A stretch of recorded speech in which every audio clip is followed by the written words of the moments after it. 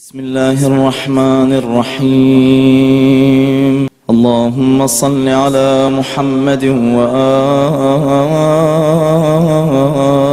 محمد. اعوذ باللہ من الشیطان اللعین الرجیم. بسم اللہ الرحمن الرحیم. الحمد للہ رب العالمین والصلاة والسلام علی نبی الکریم وعلى آلہ الطیبین الطاہرین المعصومین المنتجبین ولعنۃ اللہ علی اعدائہم من الآن الی قیام یوم الدین آمین یا رب العالمین. اما بعد فقد قال اللہ تبارک و تعالی فی قرآن المجید. بسم اللہ الرحمن الرحیم. من يعظم شعائر اللہ فإنها من تقوى القلوب. جو بھی شاعر الہی کی تعظیم کرتا ہے اپنی چھٹی گفتگو جنت البقیع، نہ رکنے والے آنسوؤں کا یہ سلسلہ، بقیع بقیع پھر اور یہ بقیع.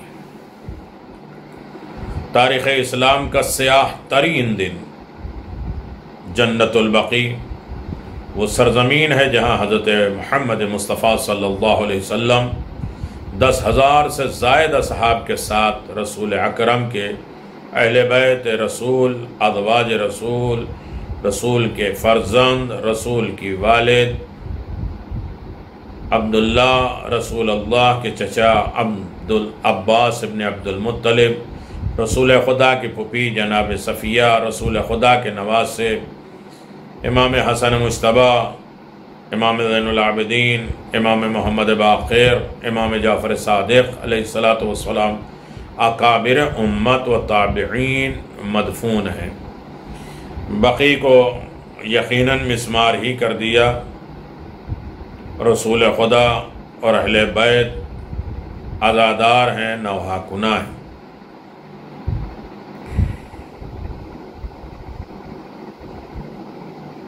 یہ بقیع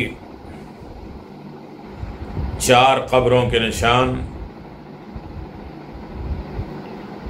یقیناً ایک ساتھ 5 ہے. 5 پاکیزہ نفوس، امام حسن، امام سجاد، امام محمد باقر، امام صادق علیہ السلام، اور ایک روایت سے جناب سیدہ سلام اللہ علیہا. ایک زری میں دفن ہے جو لکڑیوں کی جالی ہے. عباس ابن عبد المطلب اسی زری میں سرہانے دفن جو روضہ تھا. یقیناً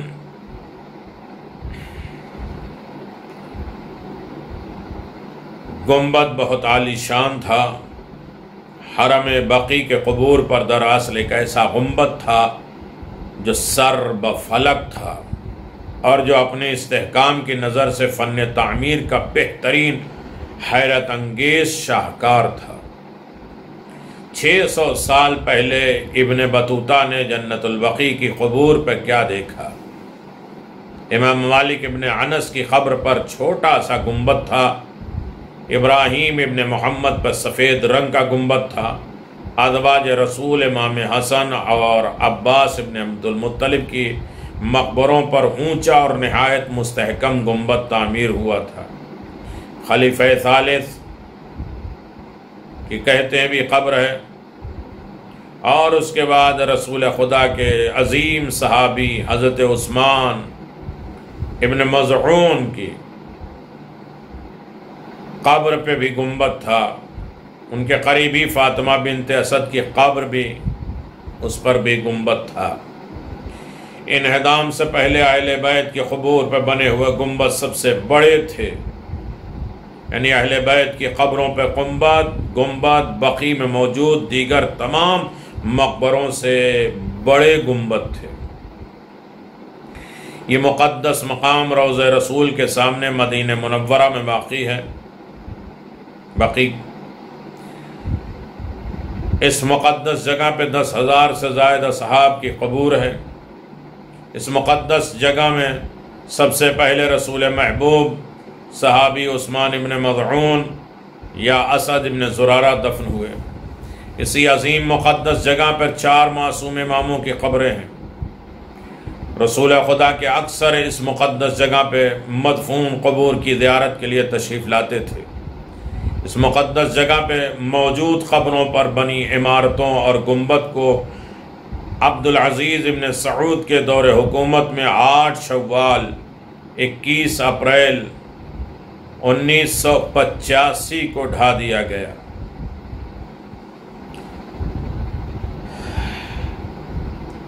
اب یہ بڑے مسائل ہیں زندگی کے، اس میں الگ الگ مفتی قاری قرآن کہتے ہیں چراغ جلانا، گنبد بنانا، زری بنانا، قبر بنانا یہ سب حرام ہے۔ کہیں کسی طریقے سے ثابت نہیں ہے۔ میں نے 5ویں نشست میں یہ ساری دلیل کے ذریعے قرآن اور احادیث کے ذریعے یہ ثابت کیا تھا کہ اگر حدیث بھی ہے تو پہلے تو یہ ہے کہ قرآن کہتے ہیں حسبنا کتاب اللہ، تو قرآن سے جواب دیجئے، لیکن اس کے مقابل میں حدیثیں لائی جاتی ہیں، اور وہ بھی حدیث جو ضعیف ہے، اس کے راوی غلط ہیں، 3 راوی ہیں، تینوں ضعیف ہیں۔ حضرت ہر شب جمعہ بقی جا کر وہاں کے مدفون افراد کے لیے دعا کرتے تھے، ہر رات میں جاتے تھے۔ جنت البقی کے اولین مدفون میں رسول کے صحابی ہیں جو آپ کے مہاجرین میں ہیں اور انصار میں اسد ابن زرارہ ہے۔ بعض مورخین نے بیت الاحزان کو بھی جنت البقی میں قرار دیا ہے۔ بیت الاحزان بھی جنت البقی میں بننے والے گھروں میں سے ایک تھا، جسے حضرت علی ابن ابی طالب نے بنت رسول حضرت فاطمہ زہرا سلام اللہ علیہا کو اپنے بابا کے غم میں اور ان کی عزاداری منانے کے لیے جگہ بنایا تھا۔ آئم بقی کی قبور کو انہدام سے پہلے گنبد موجود تھے اور بہت سی روایتیں موجود ہیں کب اس پر گنبد ہوئی ہے۔ عباس ابن عبد المطلب، حسن ابن علی، 3 ائمہ معصومین علی ابن الحسین، محمد ابن علی اور جعفر ابن محمد ایک ہی گنبد کے نیچے مدفون ہے، جن کا گنبد دوسروں کے زیادہ سے بڑا اونچا تھا۔ آئم بقی کے قبور پر انہدام جنت البقی سے پہلے زری بھی موجود تھی۔ بہت سے لوگوں نے کہا کہ باب جبریل سے باہر آ کر آئم بقی کی زیارت سے مشرف ہوا کرتا تھا۔ متولی نے زری کا دروازہ کھولا اور میں اندر گیا۔ کتنے لوگ کہتے ہیں، راوی کہتے ہیں زری کے گر چکر لگایا، وہاں پیر کے طرف بھی چھوٹی سی ایک صندوق قبر مطہر میں رکھی تھی، نصف ذرا سے لے کر۔ لہذا آئم بقی کے روضے پر انہدام سے پہلے خدام زری، فانوس اور شمعدان اور قالین بھی موجود تھی۔ زوج رسول حضرت ام المومنین کے قبرستان جنت البقی میں حاضر ہے، یہ لوگ کہتے ہیں۔ عبداللہ ابن ابی ملیک رضی اللہ، وہ کہتے ہیں ام المومنین بھی یہی ہیں۔ حضرت محمد مصطفیٰ صلی اللہ علیہ وسلم کے ائمہ اہل بیت اسی میں موجود ہیں۔ مقامات زیارت جنت البقی، حضرت محمد مصطفیٰ کے والد عبداللہ کی قبر مطہر بھی اسی جگہ موجود۔ مقامات زیارت جنت البقی عظیم، خود پیغمبر اسلام کے رضائی ماں حلیمہ سعدیہ یہی دفن ہے۔ اور مقامات زیارت میں رسول کی پھوپھیاں، رسول کے اولاد، منہدم قبرستان جنت المعلا میں مدفون عظیم شخصیتیں، یہ بہت سی چیزیں۔ 8 ذی الحجہ کو کہاں تک آپ مانا، جنت المعلا بھی اسی میں شامل ہے۔ اس کی طرف میں آپ کی خدمت میں توجہ دلاؤں گا، لیکن اس سے پہلے کہ ہم ان شخصیات کا تعارف کرا دیں جنہیں ان قبرستان میں دفن کیا گیا، تو جناب سیدہ سلام اللہ علیہ دوسرے حسن ابن علی ہیں۔ حضرت امام حسن علیہ السلام 28 صفر سن 50 30 مارچ 670 کو شہید ہوئے عیسوی، 2020 چل رہا ہے، 670 عیسوی کو آپ 30 مارچ کو شہید ہوئے، آپ کو زہر دیا گیا، آپ کو حضرت پیغمبر اسلام صلی اللہ علیہ وسلم کے پہلو میں دفن کرنے کے لیے لایا گیا، جہاں حکمرانوں نے نواسے رسول کے دفن نہیں ہونے دیا، اور امام حسن مجتبیٰ کی وصیت کے مطابق عمل کرتے ہوئے آپ کو جنت البقیع میں دفن کیا گیا۔ آپ نے اپنی وصیت میں فرمایا تھا اگر مجھے میرے جد امجد کے قبر مطہر کے پہلو میں نہ دفن کرنے دیا جائے تو مجھے میرے مظلوم ماں کے پہلو میں جنت البقیع میں دفن کر دیا جائے۔ اس سے یہ بات ثابت ہے کہ حضرت فاطمہ زہرا سلام اللہ علیہا کے قبر مبارک بھی جنت البقیع میں ہے، لیکن اس کا تعین ممکن نہیں ہے، جگہ کی نشاندہی نہیں ہو سکتی، چنانچہ آپ کو جنت البقیع میں دفن کیا گیا۔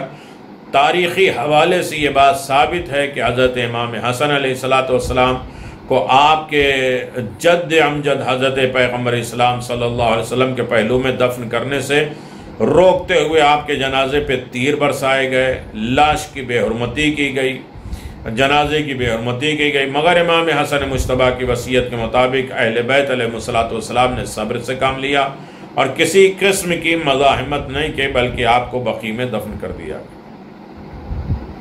پھر تیسری شخصیت امام زین العابدین علیہ السلام، ائمہ اہل بیت علیہ السلام میں دوسرے فرد حضرت امام زین العابدین علیہ السلام ہیں، جنہیں جنت البقیع میں دفن کیا گیا۔ آپ کی شہادت 25 محرم 95 ہجری اور 23 اکتوبر 714 کو ہوئی۔ ولید ابن عبد الملک نے آپ کو زہر دلایا۔ آپ کا بھی جنازہ جنت البقیع میں دفن ہوا، اور جب آپ کا جنازہ جنت البقیع میں جا رہا تھا تو کچھ لوگ بڑے ہوشیار بنتے ہیں، بڑے نماز کے پابند اللہ والے بنتے ہیں۔ انہوں نے کہا کہ اس وقت جنازہ بقیع میں جا رہا ہے، لوگ بقیع میں جا رہے ہیں، مسجد نبوی خالی ہے، ریاض الجنہ میں اچھی جگہ مل جائے گی، چلو نماز پڑھنے۔ جب ریاض الجنہ کی طرف جانے لگے تو بڑے بڑے سانپ دروازے پر آئے اور جنہوں نے رکاوٹ ڈالی، کسی بھی دروازے سے جانے نہیں دیا، یہاں تک کہ اتنی دیر ہو گئی نہ جنازہ ملا نہ ریاض الجنہ ملا۔ ائمہ معصومین علیہ السلام کی شخصیات کو چھوڑ کر انسان کچھ بھی حاصل نہیں کر سکتا۔ امام محمد باقر علیہ السلام اسی جنت البقیع میں دفن ہونے والے ائمہ اہل بیت علیہ السلام کے تیسرے فرد حضرت امام محمد باقر علیہ السلام، جو 7 ذی الحجہ 114 ہجری 31 جنوری 733 کو شہید ہوئے، اور آپ کو ابراہیم ابن عبد الملک نے زہر دلوایا۔ امام جعفر صادق علیہ السلام، حضرت امام جعفر صادق علیہ السلام چوتھے فرد ہیں جو ائمہ اہل بیت علیہ السلام میں سے جنت البقیع میں دفن ہوئے۔ آپ کو منصور دوانقی نے زہر دیا۔ آپ 15 شوال 148 7 دسمبر 765 کو شہید ہوئے۔ ازواج النبی کی قبور مبارک اسی جنت البقیع میں ہے۔ اصحاب اور ائمہ اہل بیت علیہ السلام کے علاوہ جنت البقیع میں ازواج نبی صلی اللہ علیہ وآلہ وسلم کے قبور مبارکہ ہے، جنہیں خداوند عالم نے امہات المؤمنین کا اعزاز بخشا۔ اس لحاظ سے بقیع کی اہمیت واضح ہو جاتی ہے۔ اس کے علاوہ حضرت صلی اللہ علیہ وسلم کے اعمام اور عمات قبور بھی ہے جنت البقیع میں، جن کی وجہ سے قبرستان مخصوص تاریخ کی حیثیت کی حامل ہو گئی۔ حضرت کے متعلقین قبر جنت البقیع میں پیغمبر اسلام صلی اللہ علیہ وآلہ وسلم کے چچا حضرت عبداللہ ابن عبد المطلب، آپ کی چچی محترمہ صفیہ بنت عبد المطلب، اور آپ کی تربیت کرنے والی اسلام کی مقتدر خاتون حضرت فاطمہ بنت اسد مولائے کائنات کی والد گرامی کہ قبر مقدر ہے اور مقدسہ ہے۔ اس کے علاوہ جناب عبداللہ ابن جعفر ابن عبد المطلب کی قبر ہے، حضرت حلیمہ سعدیہ کی قبر ہے۔ حضرت صلی اللہ علیہ وسلم کے مادر رضائی جناب حلیمہ سعدیہ کا مقام اور مرتبہ بہت بلند ہے، کیونکہ آپ کو حضرت صلی اللہ علیہ وسلم کے والدہ ہونے کی نسبت ہے، اور معظمہ بی بی کی قبر مبارک میں جنت البقیع میں ہے، جہاں زائرین اپنی عقیدت کے پھول نچھاور کرتے ہیں۔ اسی قبرستان میں حضرت ام البنین فاطمہ کی قبر ہے، جو مولا جناب ابو الفضل عباس کی والد گرامی ہے۔ جناب ابو الفضل عباس کی والد گرامی کے ساتھ ساتھ آپ امیر المؤمنین علی ابن ابی طالب کی شریک حیات ہیں۔ شیر دل بیٹا کربلا والدہ ماجدہ کی قبر مقدس بھی جنت البقیع میں ہے، جو آپ جنت البقیع میں آ کے رویا کرتی تھی، نشان بنایا کرتی تھی، اور ظالم جابر بھی کانپ جاتے تھے آپ کے گریہ سے، آپ کی فریاد سے، اور آپ نے بقیع میں بہت زیادہ گریہ کیا، بقیع کو آباد رکھا۔ بقیع کا ذکر آپ ہی کے نام سے منسوب ہے، اور یقیناً یہ عظیم شخصیت کی مالک ہیں جنت البقیع میں، یہ کمال کا رتبہ جنت البقیع میں آپ کو دیا گیا۔ اس عظیم خاتون نے اسلام جس طرح والہانہ اور وجدان کے نثار کیا ہے، خدمت کے اس کے نظیر نہیں ملتی۔ نے چاروں بیٹوں کو نثار کر دیا، قربان کر دیا۔ حضرت عاتقہ ام رسول خدا کی قبر، حضرت پیغمبر اسلام صلی اللہ علیہ وآلہ وسلم کی چچی محترمہ عاتقہ کی قبر بھی جنت البقیع میں ہے، اور زائرین حضرت صفیہ اور عاتقہ دونوں کی زیارت مشترکہ طور پر پڑھتے ہیں۔ حضرت عقیل ابن ابی طالب کی قبر بھی موجود ہے۔ حضرت صلی اللہ علیہ وسلم کے چچا زاد بھائی حضرت عقیل ابن ابی طالب کی قبر مقدس بھی جنت البقیع میں ہے، جن کا تذکرہ تاریخ میں متعدد حوالے سے ملتا ہے۔ حضرت عبداللہ ابن جعفر طیار، حضرت عقیل ابن ابی طالب کی قبر کے ساتھ جناب عبداللہ ابن جعفر طیار کی بھی قبر ہے، جہاں ان دونوں حضرات کی مشترکہ زیارت پڑھی جاتی ہے، اور ان کے ساتھ بعض ازواج اور نبی بھی ان کی قبر میں مدفون ہیں۔ پروردگان آغوش رسالت، وہ لوگ جنہیں پیغمبر اسلام کی گود نے پالا، پروردہ حضرت پیغمبر اسلام صلی اللہ علیہ وسلم کی آغوش نہایت میں تربیت پانے والی 3 یتیم بیٹیاں زینب، ام کلثوم، رقیہ کی بھی قبریں جنت البقیع میں۔ یہ آپ کی بیٹی نہیں ہیں، لیکن بیٹی کی طرح آپ نے پالا۔ جناب خدیجہ سلام اللہ علیہا کی دوست یا ان کی بہن کی بیٹیاں ہیں، رسول نے کس طرح پالا۔ لوگ آج کہتے ہیں 4 بیٹیاں، 4 یہ بیٹی نہیں، اکلوتی بیٹی فاطمہ زہرا سلام اللہ علیہ۔ ازواج النبی کی اسماء گرامی ہے کہ پیغمبر اسلام کی بیویاں جن کی قبریں جنت البقیع میں ہے، ان کے ناموں کی بابت بعد تواریخ میں جو اسماء ذکر کیے گئے ہیں اس میں اختلاف ہے۔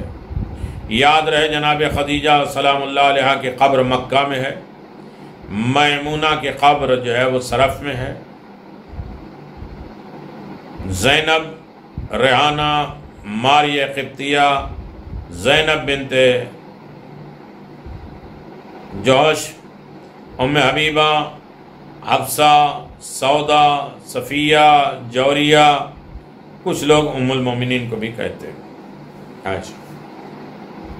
شہدائے احد کی قبریں، جنگ احد اسلام کی تاریخ میں نہایت اہمیت کی حامل ہے، اور اس میں شہید ہونے والے مجاہدین اسلام کے قبور مبارک بھی جنت البقیع میں ہے، جن کی زیارت اہل یقین کو سکون اور روح فراہم کرتی ہے۔ اسی جگہ پہ جہاں جنگ حرہ میں شہید ہونے والے افراد بھی موجود ہیں۔ حضرت اسماعیل ابن جعفر صادق علیہ السلام، حضرت امام جعفر صادق علیہ السلام کے ایک بیٹے اسماعیل کی قبر بھی جنت البقیع کے احاطے میں شہید، شہدائے احد کے قبور سے چند قدم آگے ہے۔ جن کے بعد بہت سے اسماعیلی فرقے بن گئے. مالک ابن انس، شیخ القرآن نافع، ان کی بھی قبریں ہیں جناب ابراہیم ابن رسول خدا کے پاس. جناب مالک ابن انس اور شیخ القرآن جناب نافع کی قبور بھی جنت البقیع میں حضرت عقیل ابن ابی طالب اور حضرت عبداللہ ابن جعفر طیار کی قبروں کے چند قدم آگے ہیں. اس کے علاوہ ہزاروں تابعین کی قبریں جنت البقیع میں ہیں، جن کی وجہ سے اس مقام کو خاص اہمیت حاصل ہے. مزارات مقدسہ جنت البقیع میں اہل بیت علیہ السلام اور اصحاب اور صالحین کی قبور مبارکہ میں عقیدت مندوں نے مزارات تعمیر کیے تاکہ ان ہستیوں کی زیارت کر کے ان سے محبت اور عقیدت کا اظہار ہو سکے. گنبد اور مینار کے مخصوص فن اور تعمیر کے ساتھ ساتھ بزرگان دین کی یادگار کو محفوظ کیا گیا تاکہ وقت کے ساتھ ساتھ ان کی تعمیری عظمت بھی متاثر نہ ہو. چنانچہ صدیوں سے یہ عظیم مبارک اور قبرستان اہل اسلام کی عقیدت کا مظہر رہا ہے. اس کی اہمیت اور عظمت مکہ مکرمہ کی معروف قبرستان جنت المعلا، وہ جنت المعلا کو بھی برباد کر دیا گیا، ویران کر دیا گیا، جس میں جناب خدیجہ، جناب عبد مناف، جناب عبد المطلب، جناب ابو طالب، جناب خدیجہ سلام اللہ علیہ، خود رسول خدا کے ایک بیٹے جناب قاسم، ان کی قبر جنت المعلا مکے میں. مسلمانوں کے دلوں میں ہمیشہ باقی رہنے والی یہ چیزیں لوگ جوک در جوک ائمہ اور اصحاب اولیاء اور شہداء کے مزاروں پر حاضری دیتے ہیں تاکہ ان کی شخصیات کی عظیم اسلامی خدمات پر انہیں خراج عقیدت اور ادائے احترام کر سکیں.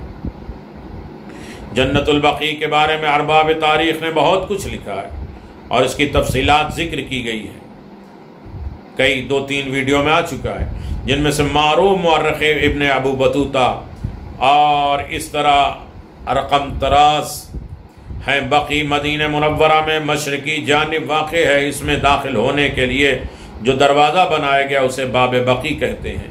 اس سے قبرستان کے اندر داخل ہوا جاتا ہے اور اندر داخل ہوتے ہی بائیں جانب حضرت پیغمبر اسلام صلی اللہ علیہ وسلم کے چچی محترمہ صفیہ بنت عبد المطلب کی قبر ہے. اس سے آگے اسی جانب جناب مالک ابن انس رضی اللہ کی قبر ہے. اس پر چھوٹا سا گنبد بنا ہوا تھا. اس سے آگے چند قدم پر فرزند رسول جناب ابراہیم کی مقدس قبر ہے. اس پر سفید رنگ کا گنبد تھا کہ داہنی جانب عبد الرحمن ابن عمر کی قبر ہے. اس کے مقابل میں علی عقیل ابن ابی طالب علیہ السلام اور عبداللہ ابن جعفر ابن ابی طالب کی قبر ہے. ان کے سامنے ایک روضہ ہے جس میں ازواج نبی صلی اللہ علیہ اجمعین امہات المؤمنین کی قبریں ہیں. ان کے ساتھ ہی یہ روضہ ہے جس میں حضرت پیغمبر اسلام صلی اللہ علیہ وسلم کی چچا اور جناب عباس ابن عبد المطلب کی قبر ہے. امام حسن مجتبی کی قبر مقدر ہے جس پر بہت سے گنبد ہیں اور بہت بلند گنبد ہے جو نہایت مضبوط عمدہ فن تعمیر کا حامل. یہ ابن بطوطہ کہتے ہیں باب بقیع میں داخل ہوئے تو داہنی جانب اپنے رائٹ سائڈ واقع اس کے علاوہ جنت البقیع میں مہاجرین انصار میں سے اکثر حضرات کی قبریں ہیں. اکثر اصحاب پیغمبر السلام صلی اللہ علیہ وسلم کی قبور جن میں اکثر کے نشانات واضح نہیں ہیں. کتاب رحلت ابن بطوطہ. اسی طرح ابن جبیرہ نے اپنے سفر نامے میں جنت البقیع میں قبروں کو اس طرح نقشہ کھینچا ہے. بقیع مدینہ منورہ کے مشرقی حصے میں واقع ہے. اس میں داخل ہونے کے لیے باب بقیع بنایا گیا ہے. دروازے سے اندر داخل ہوتے ہی سب سے پہلے بائیں جانب حضرت پیغمبر اسلام صلی اللہ علیہ وسلم کی چچی حضرت صفیہ بنت عبد المطلب کی قبر ہے اور جس کے ساتھ سامنے کی طرف امام مالک ابن انس رضی اللہ تعالی عنہ کی قبر ہے، جس پر چھوٹا سا گنبد تعمیر کیا گیا۔ اس کے سامنے کی جانب فرزند رسول حضرت ابراہیم کے قبر پر، جس پر سفید گنبد ہوا تھا۔ ان کے دائیں جانب عمر ابن خطاب رضی اللہ تعالی عنہ کے فرزند عبد الرحمن کی قبر ہے، جو ابو فمامہ کے نام سے مشہور ہیں، اور اسے ان کے والد نے حد شرعی جاری کرتے ہوئے کوڑے مارتے تھے، جس کے سبب وہ سخت بیماری کی حالت میں وفات پا گئے۔ ان کے مد مقابل میں عقیل ابن عبد المطلب، ابی طالب عبداللہ ابن جعفر ابی طالب کی قبریں ہیں۔ ان کے سامنے ایک روضہ ہے جس میں ازواج نبی ہیں کی قبریں ہیں، جن کے ساتھ ہی ایک روضہ ہے حضرت پیغمبر اسلام کے چچا جناب عباس ابن عبد المطلب کی قبر کا۔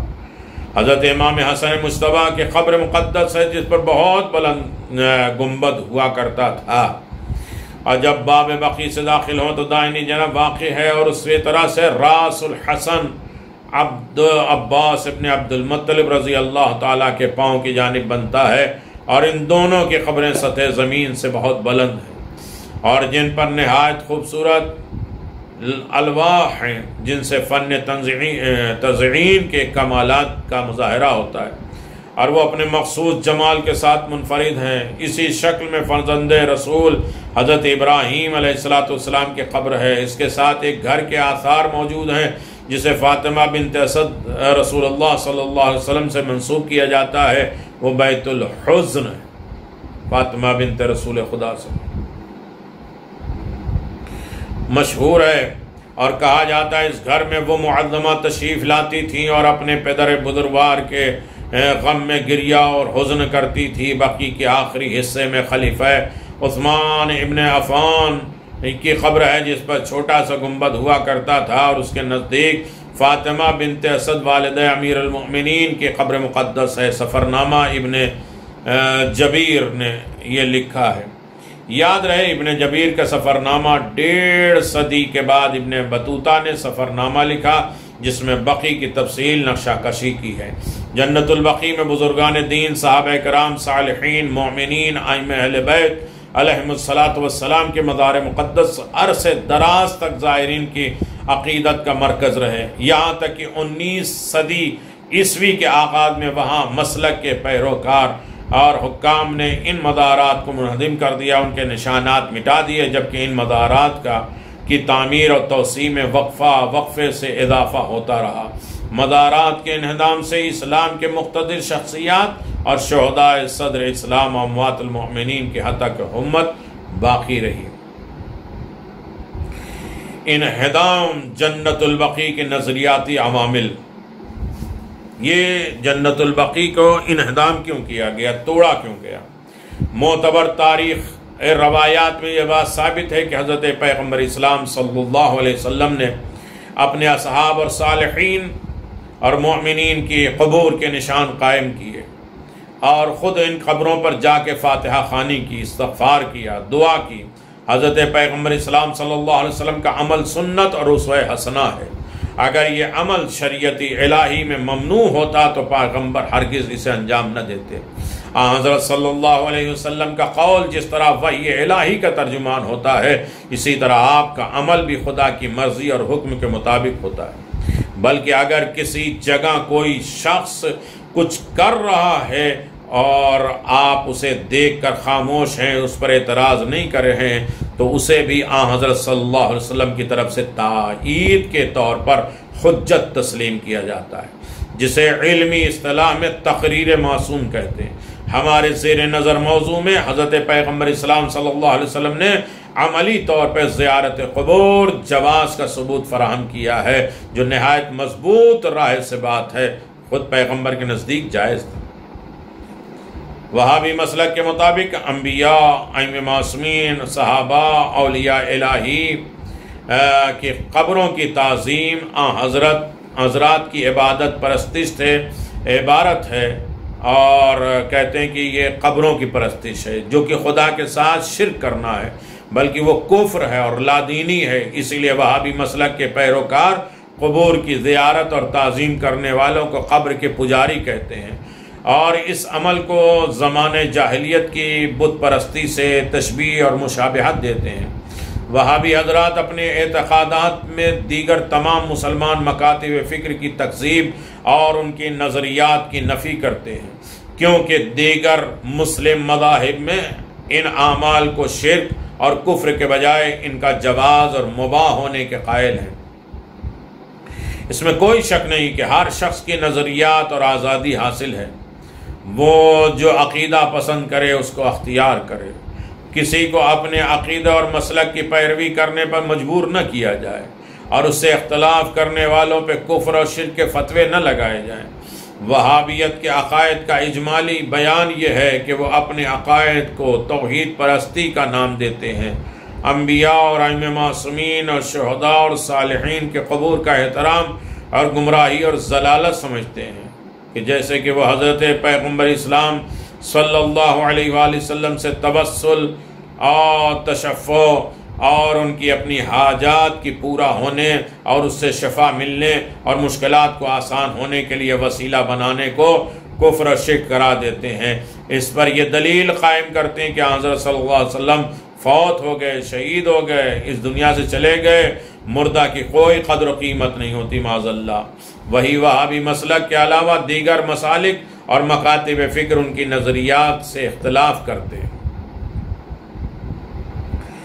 اور وہ قبور کے احترام اور تعظیم کے نہایت مستحسن عمل کرتے ہیں، بہت اچھا عمل جانتے ہیں، کیونکہ اس سے بزرگان دین کی یاد تازہ رہتی ہے۔ ان کے ساتھ ساتھ یہ عمل سنت رسول صلی اللہ علیہ وسلم بھی ہے۔ بہرحال وہابی مسلک کے پیروکاروں نے اپنے عقائد کے مطابق عمل کرتے ہوئے جنت البقیع کے مزارات کو منہدم کر دیا، دیگر مسلمان مکاتب کے فکر کے عقائد نظریات کو کوئی اہمیت نہیں دی، جبکہ اعتقادی رشتے کی بنیاد پر تمام مکاتب فکر کے پیروکار کا مزارات مقدس پہ برابر کا حق ہے۔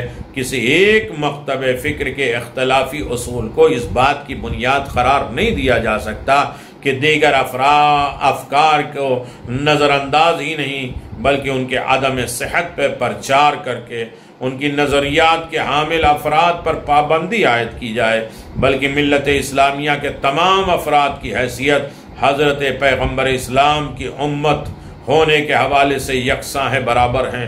اس کے ساتھ ساتھ بعد مسلم مکتب فکر مزارات مقدس کی تعمیر اور تحفظ اور شعائر اللہ کا مصداق سمجھتے ہوئے ان کی تعظیم ضروری قرار دیتے ہیں، اور ان کے پاس اپنے نظریے کی ٹھوس دلیل بھی موجود ہے۔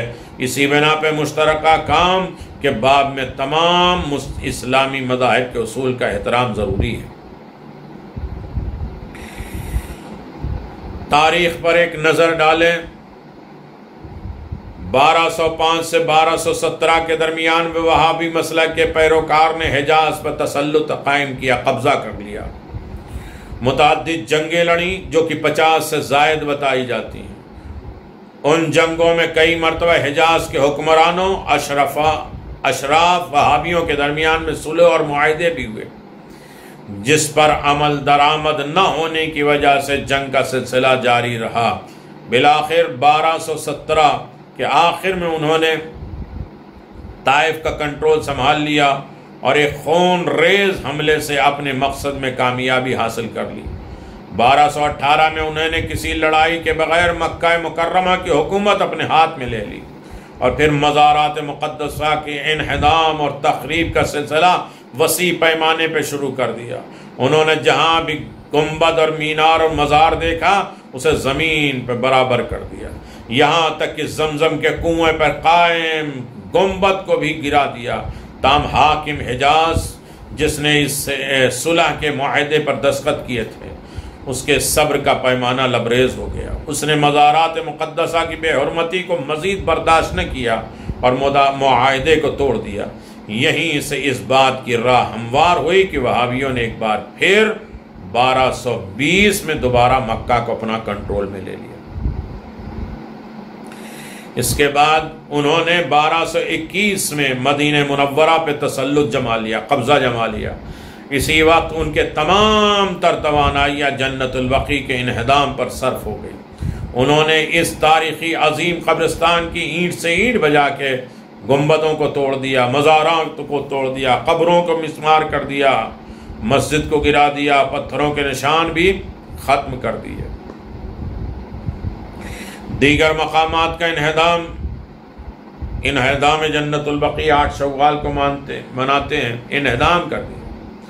مزارات مقدسہ کے انہدام کے ساتھ ساتھ شہدائے احد کے قبور کے نشانات بھی مٹا دیے گئے۔ آپ احد کے میدان میں جائیے، جناب حمزہ سلام اللہ علیہ کی قبر بھی، حضرت سید الشہداء حمزہ ابن عبد المطلب رضی اللہ عنہ کی قبر پر بنی ہوئی مسجد کو گرا دیا۔ بقیع سے باہر ہو جو بھی مسجدیں بنی ہوئی تھیں، مثلا مسجد فاطمہ زہرا سلام اللہ علیہ، مسجد المنارتین، مسجد المائدہ جس مقام پہ حضرت صلی اللہ علیہ وسلم پر سورہ مائدہ نازل ہوئی تھی، مسجد ثنایا جہاں پر پیغمبر اسلام کے دندان مبارک شہید ہوئے تھے، جنگ احد میں شہید ہوئے تھے، دفن کیا گیا تھا، وہ بھی جگہ ختم ہو گئی۔ مجموعی طور پہ جہاں ذوالفقار نازل وہ ختم ہو گئی، اور جہاں شراب سرکہ بن گئے وہ ختم ہو گیا۔ بہت سی مسجدیں، 34 مسجدوں کا ذکر ہے جو توڑ دی گئی، ختم کر دی گئی۔ جنت البقیع کے بلند مزارات کو سطح زمین کے برابر کر دیا گیا، اور وہاں کوئی گنبد مینار باقی نہ رہنے دیا۔ اس عظیم تاریخی قبرستان کو ایک ویران بنا دیا گیا، اور اس طرح ان مزارات کو منہدم کیا گیا۔ اب ڈھونڈے سے بھی ان کے نشانات نہیں ملتے۔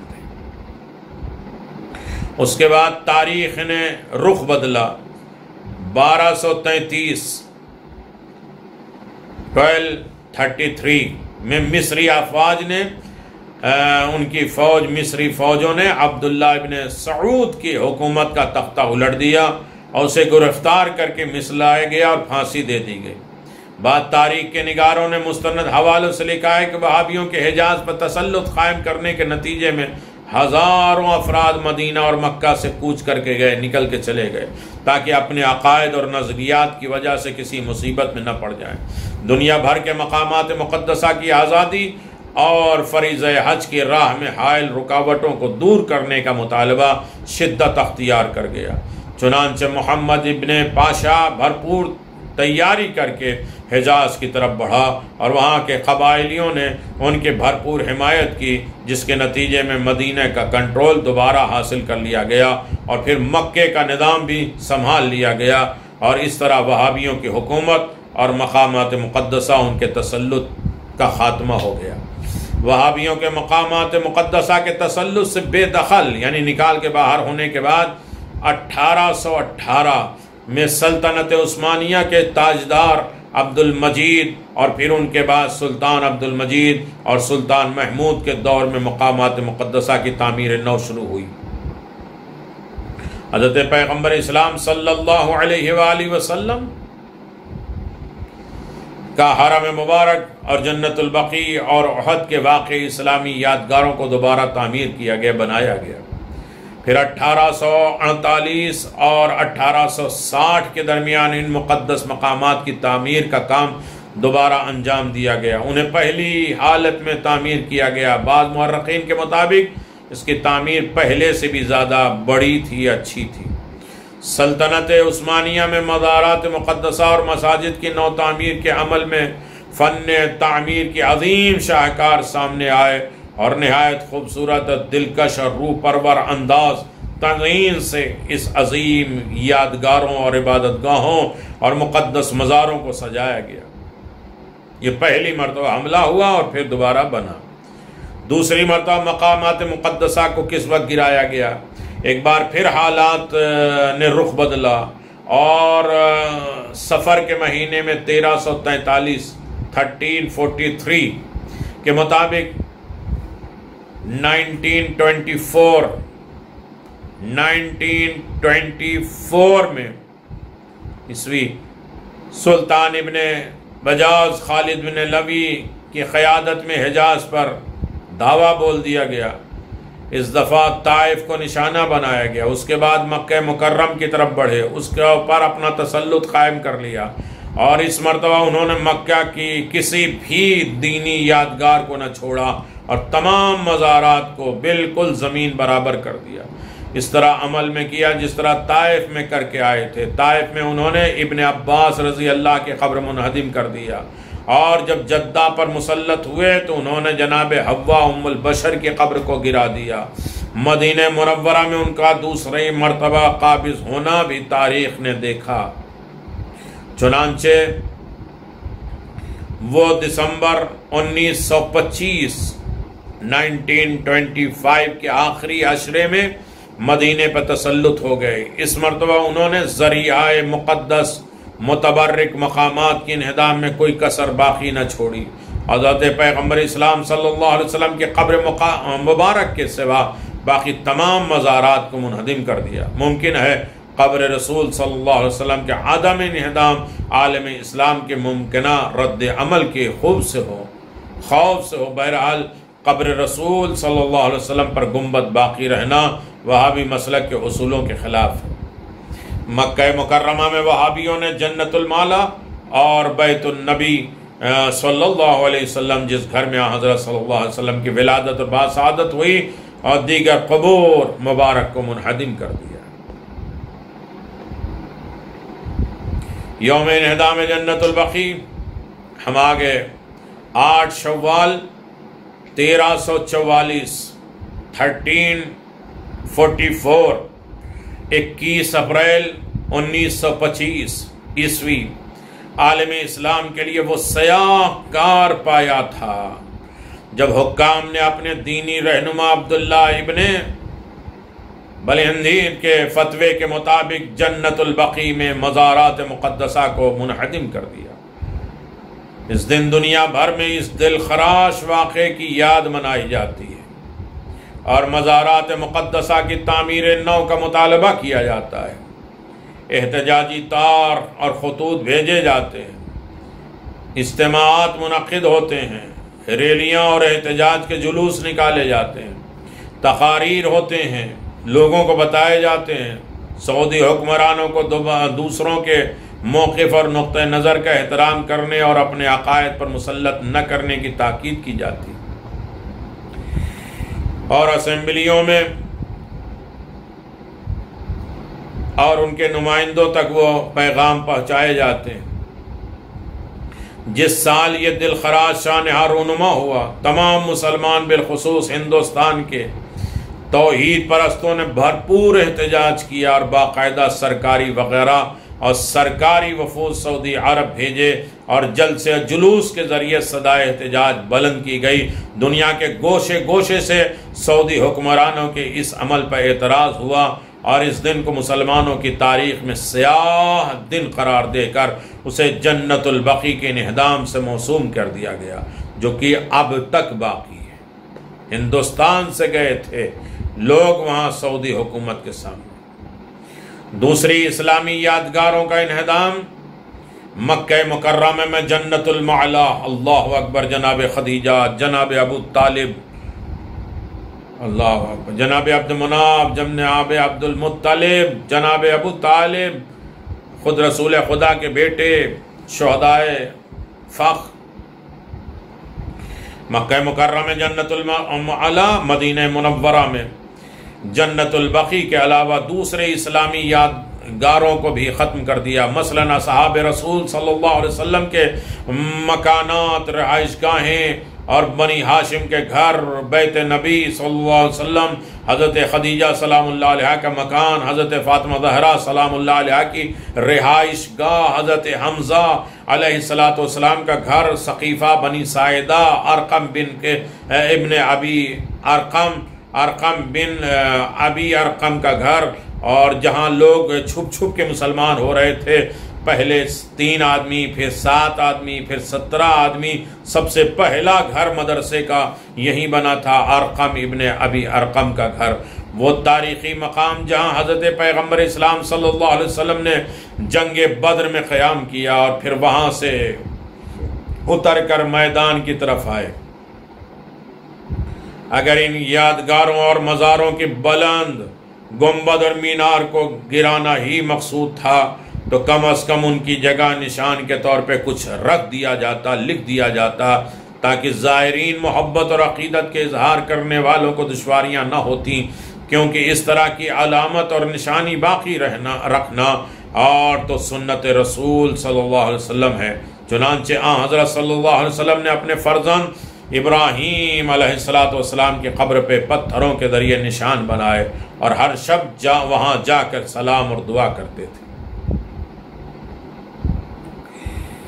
آخر میں ایک اور چیز جو آپ کے اذہان عالیہ میں پہنچنا ضروری ہے، لازم ہے، وہ کر کے میں آپ کی خدمت اس منزل پہ ختم کر دوں۔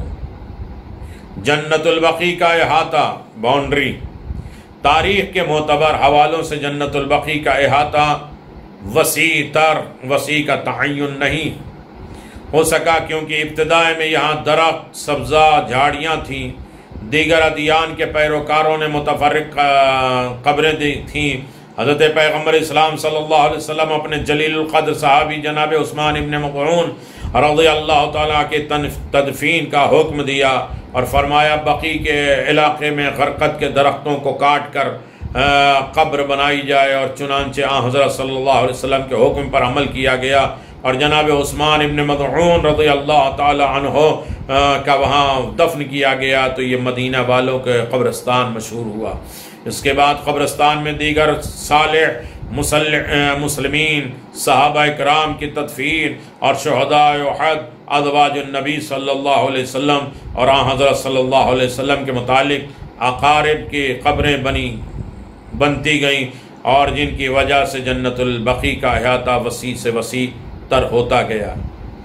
رفتہ رفتہ آہستہ آہستہ قبرستان کا احاطہ بڑھتا گیا، اور پھر اس کی حدود مغربی جانب سے مشرقی جانب کی طولانی اور وسعت اختیار کر گئیں، جبکہ جنوبی سمت اور شمال سمت میں معلومی اور یقیناً تھوڑی سی معمولی اضافہ ہوا۔ بعض تواریخ کے مطابق عثمان ابن مظعون رضی اللہ عنہ تعالی کی قبر مبارک بقیع کے مشرق دیوار کے قریب واقع ہے، جس کا فاصلہ مغربی جانب و مرکزی دروازے سے کافی زیادہ بنتا ہے۔ ابتدا میں جناب پیغمبر اسلام صلی اللہ علیہ وسلم تشریف لاتے تھے تو آپ کو کافی دور پیدل چلنا پڑتا تھا، کیونکہ آپ کے رہائش گاہ بقیع کے مغربی سمت میں مرکزی دروازے پر دور فاصلے پر تھی۔ اس لحاظ سے جنت البقیع کا احاطہ کافی وسیع معلوم ہوتا ہے۔ قبور کی ترتیب جنت البقیع میں قبور مبارک کی ترتیب کے بارے میں زیادہ اختلاف نہیں ہے، تاہم بعض قبور کا یقینی تعین اس پر قائم نشان کہ مٹ جانے یا پتھروں کو اٹھا لیے جانے سے قدر مشکل تو ہے، البتہ اجمالی طور پر ان کے سمت اور احاطے کی نشاندہی درست ہوئی۔ یہاں پر بات قابل ذکر ہے کہ سابقہ زمانے میں قبروں پر نشانی کے طور پہ جو پتھر رکھے جاتے تھے ان کی پہچان دو طرح سے ہوتی تھی، یا تو پتھروں کی ترتیب کے ساتھ رکھے جانے سے، یا پتھروں کی نوعیت بحیثیت رنگ اور حجم اور دیگر خصوصیات سے، اور اس کے ساتھ ساتھ کہیں کہیں پتھروں پر نام بھی لکھ دیے جاتے تھے۔ بعض حوالے سے یہ بھی ثابت ہوتا ہے کہ پتھروں کے ساتھ ساتھ کپڑے کی چادر سے بھی قبر کا غلاف بنایا جاتا تھا تاکہ نشانی کے طور پر ان سے کام لیا جا سکے۔ بہرحال قبروں کی نشاندہی کے طریقے اور سابقہ ادوار میں بھی رائج تھی، بلکہ قبر اسلام بھی قبور کی نشانیاں قائم رکھی جاتی تھی۔ بعض قبائل اپنے مخصوص نشانیاں قائم رکھتے تھے اور ان کے گرد درخت لگا دیتے تھے۔ آج بھی ہم اپنے قبرستان میں پھول، جھاڑیاں یہ سب لگاتے ہیں۔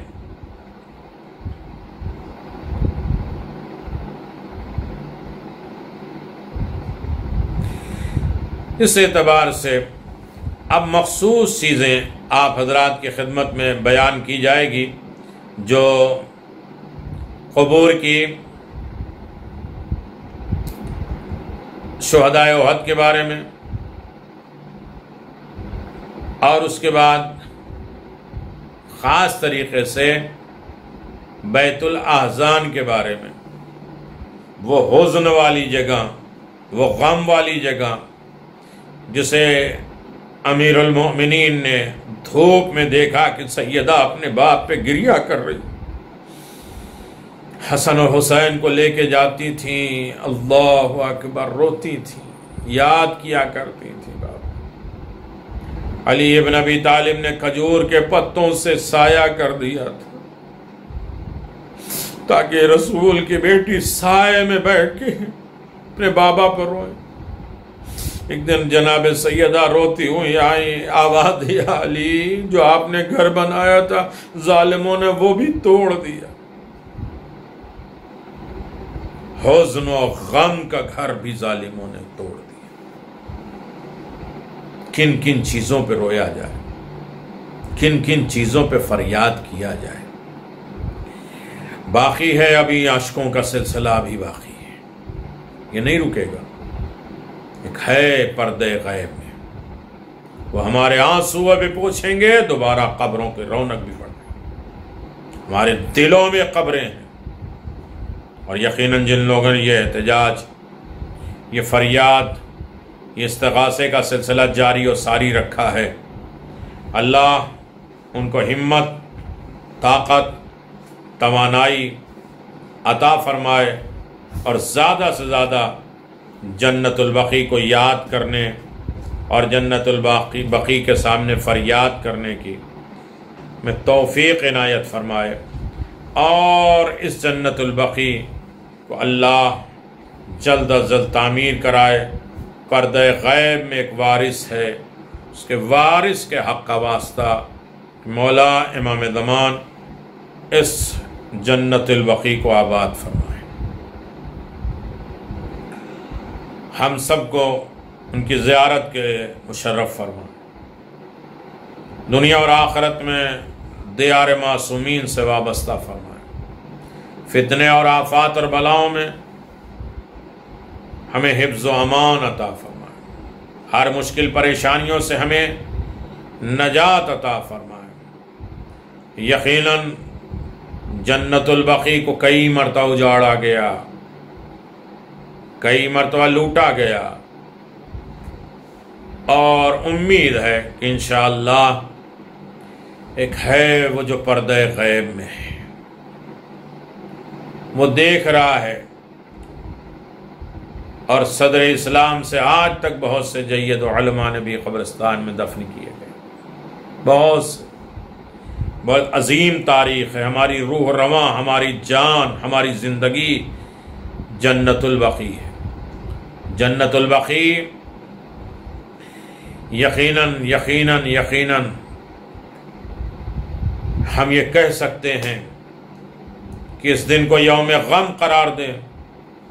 آپ نے مسلمانوں سے یا بالخصوص شیعوں سے خطاب کرتے ہوئے علماء نے، مجتہدین نے، شیعوں کو، تمام مسلمانوں کا اس روز 8 شوال کو محزون، غمزدہ، گریہ، ماتم، عزاداری، احتجاج اور اس جنایت انہدام کے انجام دینے والوں پر نفرین، نفرت، بغض، لعنت اور ان کی مذمت کرنا چاہیے۔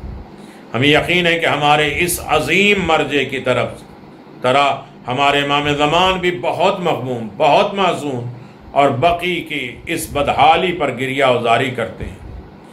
اپنے اجداد کی قبروں پر صبح و شام بارگاہ خداوندی میں اپنے ظہور کے لیے اجازت مانگ رہے ہوں گے۔ آئیے ہم بھی حضرت کے حزن و غم میں شریک ہو جائیں اور ان کے دشمنوں پر نفرین کریں، لعنت کریں، مذمت کریں، اس فعل قبیح کے اوپر احتجاج کریں، دنیا کو بتائیں کہ وہ ظالم ہے جس نے قبروں کو بھی سار کر دیا۔ امام زمان کے ظہور کے لیے دعا کریں تاکہ حضرت تشریف لائیں اور اپنے اجداد پر ہونے والے مظالم کا انتقام لیں۔ اللہم عجل ولیک الفرج، اللہم عجل ولیک الفرج یا مہدی ادرکنا۔ السلام علیکم ائمۃ الہدی ورحمۃ اللہ وبرکاتہ۔ استودعکم اللہ واقرأ علیکم السلام۔ آمنا باللہ وبالرسول وبما جئتم به ودللتم عليه اللهم فاكتبنا مع الشاهدين. السلام عليكم يا أئمة البقيع الغرقد، السلام عليكم يا أبناء رسول الله. اللهم